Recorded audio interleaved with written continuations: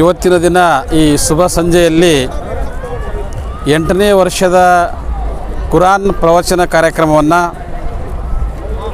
ನಮ್ಮ ಬಸವ ಕಲ್ಯಾಣ ಬಸವಾದಿ ಶಿವಶರಣರ ಕ್ರಾಂತಿ ಭೂಮಿ ಮತ್ತು ಸಮತಾ ಭೂಮಿ ಎಂದೇ ನಾವು ಈ ಭೂಮಿಯನ್ನು ಕರಿತಾ ಇದ್ದೇವೆ. ಇಲ್ಲಿ ಪವಿತ್ರವಾಗಿರುವಂತಹ ಮಾನವೀಯ ಮೌಲ್ಯಗಳನ್ನು ಕೊಡುವಂತಹ ಕುರಾನ್ ಪ್ರವಚನವನ್ನು ಆ ಪ್ರವಚನದಲ್ಲಿ ಭಾಗಿಗಳಾಗಿ ಮತ್ತು ಮೊಹಮ್ಮದ್ ಕುನ್ನಿಯವರು ಈ ಕುರಾನ್ ಪ್ರವಚನವನ್ನು ಬಹಳ ಅರ್ಥಪೂರ್ಣವಾಗಿ ಜನರಿಗೆ ಮನಮುಟ್ಟುವಂತೆ ಅವರು ಹೇಳಿದ್ದಾರೆ.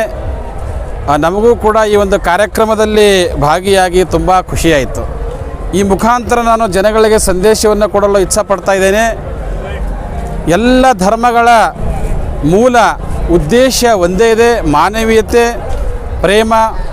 ಹೇಗೆ ನಮ್ಮ ಸಂವಿಧಾನ ಹೇಳುತ್ತೆ, ಸಮಾನತೆ, ಸ್ವಾತಂತ್ರ್ಯ, ಸಹೋದರತ್ವ ಮತ್ತು ಸಾಮಾಜಿಕ ನ್ಯಾಯ, ಈ ಮಾನವೀಯ ಮೌಲ್ಯಗಳನ್ನು ಹೊಂದಿರುವಂಥ ವಿಚಾರವನ್ನು ಸಂವಿಧಾನ ಹೇಗೆ ಹೇಳುತ್ತೆಯೋ ಆ ತರಹ ಎಲ್ಲ ಧರ್ಮ ಗ್ರಂಥಗಳು ಕೂಡ ಪ್ರೀತಿ, ಕರುಣೆ, ವಾತ್ಸಲ್ಯ ಮತ್ತು ಮನುಷ್ಯನ ಐಕ್ಯತೆ, ಬಸವಣ್ಣನವರು ಸಕಲ ಜೀವಾತ್ಮರಿಗೆ ಲೇಸು ಬಯಸುವವರೇ ಶರಣರು, ದಯವೇ ಧರ್ಮದ ಮೂಲವೇ ಅಂತ ಹೇಳ್ತಾರೆ ನೋಡ್ರಿ.